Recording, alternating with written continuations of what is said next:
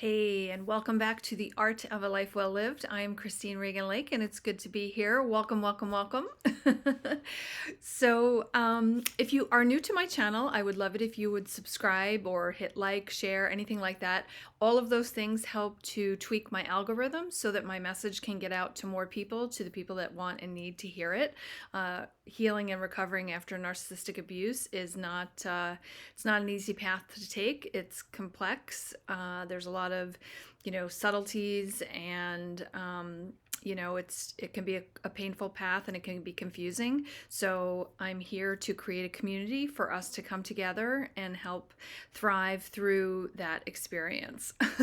Okay, so let's get started. So today I want to talk to you about 10 qualities that you must embrace if you want to thrive after narcissistic abuse. So, by narcissistic abuse, what I mean by that kind of blanket term is that, say you are in a toxic relationship with your mother or your father because they had very narcissistic tendencies, whether they were a full-blown narcissist or just had strong qualities. The fact that you have a dysfunctional relationship in which they try to control you, push you down, things like that. Or maybe your situation is your narcissist is your spouse, your wife or your husband, boyfriend or girlfriend. Maybe it's a sibling, maybe it's a boss, whatever it is. When we're in those situations where we are navigating the path after healing, after being in a toxic relationship with someone who's very manipulative, like a narcissist, it can be really confusing. It really can undercut your confidence, and your world can be ripped out from under you depending upon the severity and the coldness of the discard that they put you through and things like that. So let's just cover what I think personally are the 10 most important things that you want to embrace as you move through this. The first thing is that you want to walk this path with integrity. I see a lot of people who end up embarrassing themselves because they're so filled with rage and anger that they spew a lot of stuff publicly to friends, to family. They throw it up on Facebook. They do this even when they have kids, and the narcissist is maybe the parent of that child, which is extremely, destructive to your children. So you want to walk the path of integrity, no matter what has happened to you, no matter how they treated you, no matter what you went through. You personally want to hold true to the person that you are a person of integrity. And just because someone drops down and does stuff that's below the belt, don't lower yourself to meet that person. You want to rise to the occasion, and you want to walk forward with personal integrity in everything that you do, in every decision that you make, in every communication that you have. And when you do this, you can look back and you're not embarrassed because you were, spewing things that you shouldn't have been spewing, and it's a very natural reaction, right? You're angry and you just want to get revenge. You just want to embarrass that person or whatever. But really, it doesn't reflect badly on the other person. It really just reflects badly on you. You come off looking just like angry, bitter. No one will never fully understand what you've been through. So all they're really going to see is just someone who's just kind of like spewing this anger, and it's not going to reflect well on you. So be the bigger person, walk your path with absolute integrity at every step of the journey. The second thing is, you really want to embrace your confidence. You really want to realign to your core and embrace your true strengths, skills, and experiences. What happens when you've been in a long-term toxic situation with someone who has continually put you down? It's almost like you get amnesia, and you forget all of the gifts that you have. You forget all the talents and the strength and the wisdom and experience that you've had from everything that you've done in your life. Sometimes that is like washed away, and it's like your entire foundation has just been completely dismantled after, depending upon how long the abuse was, how many years of them putting you down and second guessing you and gaslighting you and things like that.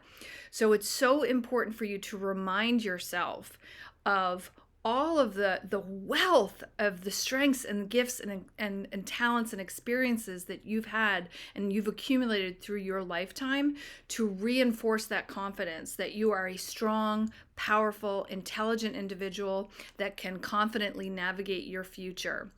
So you want to embrace your confidence. I know sometimes that can be challenging, especially if you've been in long-term gaslighting situations, but it's so important to do it. And you are worthy of it, and you have all of those treasures in that chest of the life of your life, of all the things that you've experienced and learned, and the natural gifts and talents and skills that you have. So re-embrace that confidence and do things to remind yourself of that confidence. And you also, I would encourage you to, as you're re-embracing that confidence, try to do something outside of your comfort zone every single day.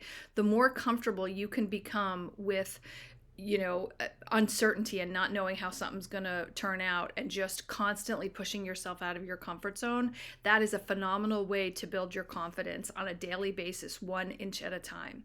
Okay, so the third one is inspiration. When you get up in the morning, think about whether it's like, maybe if you're a school teacher, maybe it's the children in your school. If you're a parent, maybe it's your children. You want to live a life that is an inspiration to others. I think all of us are, have that leadership quality within us. And when we live a life that is fulfilling and juicy, that inspires other people. If you have the courage to pursue the things that you're passionate about and you're interested in, that models to your children, to your friends, to your family, to your employees, whatever the situation, it models for them that having the courage to pursue what you truly enjoy and what you're passionate about, that inspires them. And it is a sacred experience to inspire another individual to reach for the highest within themselves. So the first one was integrity. Embrace your integrity. Walk high, holding your head up high. 2 is your confidence. Remember and realign with all of your strengths, skills, and experiences. The third is inspiration. You want to inspire others. Live a life that is inspiring to your children, your friends, or your family. Fourth one, accountability. So one of the things that can happen when someone has been in a long-term situation where they have had a person who has been extremely toxic to them, it can make you feel helpless, right? You can start feeling helpless and hopeless. And what that does, though, is that starts embedding in you a victim mentality. What you have to do when you are on the path of recovering after narcissistic abuse is that you have to take absolute accountability for yourself and for your life. You have to take accountability for everything that is in your life and everything that is not in your life, because you are the one in the driver's seat of the car of your life. So unless you take accountability, you remain a helpless victim, and you're going to continue to sit in feelings of self-pity and helplessness. So take 100% accountability for your life, everything that's in it and everything that is not in it. Okay, so the fifth one is compassion. It is super easy to beat yourself up when you've been in a toxic relationship. Really try to embrace self-compassion. Give yourself some breathing room to have, be soft and gentle with yourself, because it's very easy to beat yourself up and berate yourself for allowing this to happen to you, for allowing someone to treat you that way, disrespect you and things like that. So you want to have like a really beautiful self-compassion, so that beating yourself up isn't going to get you anywhere. It's just going to lower your vibration and make you feel worse about yourself. So you're going to take accountability, but it's going to be balanced with compassion for yourself. The seventh one is commitment. As you move forward in this life, what you want to do is you want to commit a relentless commitment to pursuing the highest within yourself. And that, when you do that, that commitment has to expand out to the most important areas of your life. So you want to be committed to the highest version of yourself, emotionally, physically, financially, mentally, and spiritually, for those who have a spiritual connection and pursue that. Having a well-rounded life like that, where you're committed to, working on each of those areas of your life every day is so important, because we are human beings. We're not human doings. It's not just about how much money you have in your bank account. It's about how much joy you have in your life. It's about how much love you get to pour into others and also allow others to pour into you. It's about establishing those beautiful, loving, healthy connections with the people that you care about. It's about making an impact on others. So you really want to embrace that commitment to the best, fullest version of yourself in every area of your life. And again, make sure that you don't ignore one of those areas: emotionally, physically, financially, mentally, and spiritually. They are all important. That is the whole of what makes you up as a physical being, as an emotional being, as a spiritual being. Okay, so number 8 would be empathy. I know sometimes this might be hard, right? Where you want to, it's easy to want to just hate that person who is abusive to you, but hate will physically make you sick. Holding on to anger, rage, resentment, and hatred for another individual will physically make you sick. So the healthiest thing that you can do when you're ready, this is a process, is to acknowledge, to try to step back from the personalization of it, where you're taking it all personally that they did this to you. Everybody functions from whatever level they're at in their life, with their emotional maturity, with their level of trauma, and with their unconscious patterns that they basically modeled as a child, learned from modeling from their parents in their childhood. So what you're taking personally from this individual because of the way they treated you, it's not personal. This is simply the coping mechanisms that traumatized child learned to use as a coping mechanism for growing up in a toxic situation. It's not personal. It's super easy to take it personal, but it's not. This is just how they're kind of living. Imagine someone like just living on the street, and it's just kind of, it's just the bare minimum. It's all they know how. It's the only skills they have. They had an empty toolbox. When you grow up in a dysfunctional environment with parents who were traumatized as children, who basically grow up and now they have children and they haven't had any of the healing work, they don't understand any of what happened to them and why they did it. They're basically raising children with an empty toolbox, like for emotional fulfillment, for nourishing relationships. They're simply living in an unconscious state of triggered reactions to whenever their trauma is triggered from something that's going on in their life. So it's not about you. So if you can embrace the stance of having empathy for that other individual, it's not easy. I'm not pretending it's easy, but I'm telling you that if you can do that, you will reach a higher level of forgiveness and a higher level of coming to a place of peace with this traumatic experience that you have lived through, which who doesn't want greater peace and serenity in their life, right? Walking around holding that anger, rage, resentment, and hatred for another individual will physically make you sick. It's not going to improve your life, and it's going to impact your ability to open your heart up to new opportunities, abundance, situations, connections, friendships, and whatnot. Okay, so 9th would be passion. You want to embrace what's passionate. So when you've been through something dark, if you're coming out of a very dark negative period, you want to embrace something that fills you with passion, because that will bring you back to life. That passion will act as a fuel source to make you want to jump out of bed, to get excited about life again. Because if you've been in a long-term toxic job situation, relationship, parental, connection, your parent-child relationship, if you've had this dark, toxic period of time, embracing something that you're truly passionate about will help to bring you out of that lower vibrating place that you've been in for so long, and it will literally bring your heart and your mind and your soul back to life again. Okay, and number 10 would be spirituality.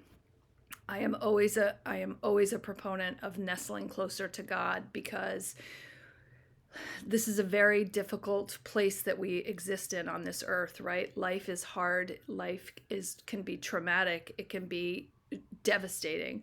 So nestling closer to God and rebuilding that direct connection to God and feeling him in your being, and being able to connect with him and trust in him will help you to release a lot of the fear that this insane world that we live in. I think it's pretty clear what we've been through the last few years, that we live in a pretty insane world.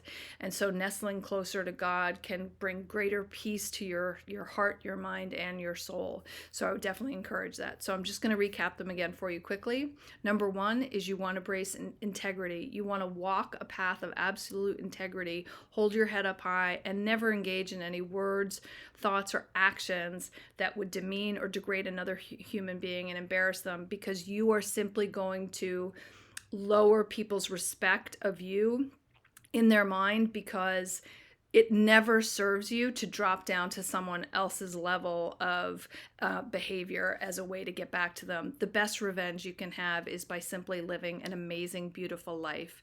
The second one is confidence. You want to realign to your core with your strengths, your skills, and your experiences, because you have so many tremendous strengths, wisdom, and experiences to share with the world. You just need to remember that. 3 is you want to live your life as an inspiration to those that you love and care about, to your children, to your friends, to your family, to your employees, whatever. Live a life that is inspiring. Leaders lead, and leaders inspire others. And if you live a life with passion and creativity, you will inspire others to as well. The courage that you will embrace to walk that path of, uniqueness and just listening to your own inner guidance system will inspire your children to do the same thing. The 4th is accountability, to take 100% accountability for everything that is and is not in your life. You do not allow yourself to remain in the place of feeling like a helpless, hopeless victim, a martyr who can't change your life. Your life is up to you. You decide. 5 is to have self-compassion, compassion for yourself, and to remember that you were doing the very best you could at that moment, and to just give yourself a little grace for doing what you did at the moment that made you feel most safe. As we get better, we do better. 6 would be empowerment. You want to delegate those things off that you don't want to do. You don't want to get stuck in a lifestyle, a rut of always having to, be the martyr. If you're doing everything around the house, delegate things to your children. They can do more than you may have in the past thought they can. It's good grooming for them to learn how to be an adult. So if you've got too much on your plate, learn to delegate it. Commitment. So you want to commit to the highest version of yourself every day, emotionally, physically, financially, mentally, and spiritually. Passion, embrace that which brings you passion. It will rebirth your soul, and it will give you the fuel to move forward to create the ideal life that you're looking to create. And number 10 is your spirituality. Nestle closer to God. Learn to breathe in and trust God has your back, even if you don't understand what his plan is at the moment. So those are my top 10 qualities that you want to embrace to thrive after narcissistic abuse. I hope you found value and have a great day. And leave your comments. Tell me which one of those, if any of those, you find easier to embrace than others, or which ones you have the most challenge with. Also, ask me any questions. I love your feedback, and I look forward to speaking with you soon. Thanks. Take care. Bye-bye.